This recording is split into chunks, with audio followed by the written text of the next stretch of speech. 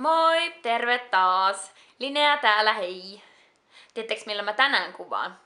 Tää on mun uusi tabletti. Yes. Tänään tapahtui jotain tosi kummallista. No, ensin kun mä tulin koulusta kotiin, niin täällä oli tylsää, niin kuin yleensäkin.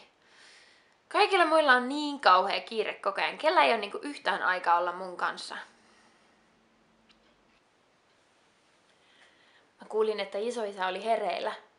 Se on nyt muuttanut tänne asumaan, kun Liisa on aloittanut opiskelut yliopistossa. Tuntuu tosi kummalliselta, että se asuu nyt Liisan huoneessa.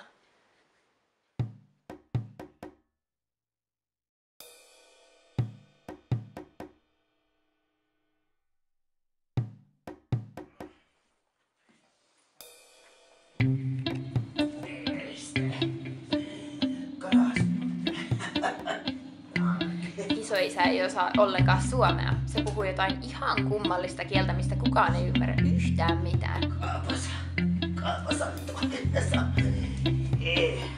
Mä oon kuullut, että äiti puhuu sen kanssa sitä kieltä, mutta äiti on kyllä yrittänyt sanoa sille, että puhuisi suomea meille.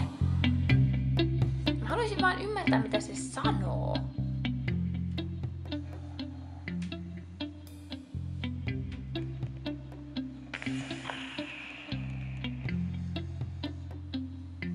Isoisällä on tosi paljon kummallisia tavaroita.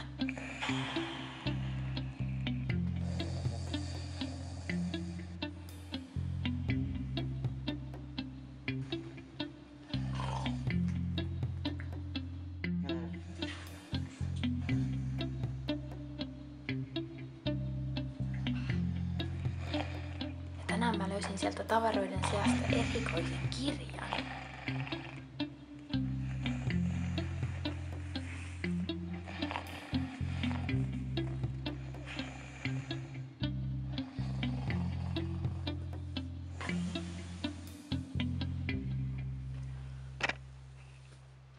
Kattokaa.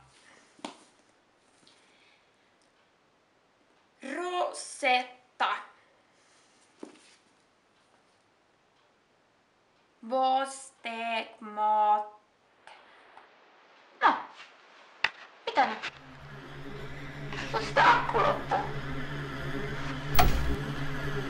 Mitä tälle kirjalle tapahtuu?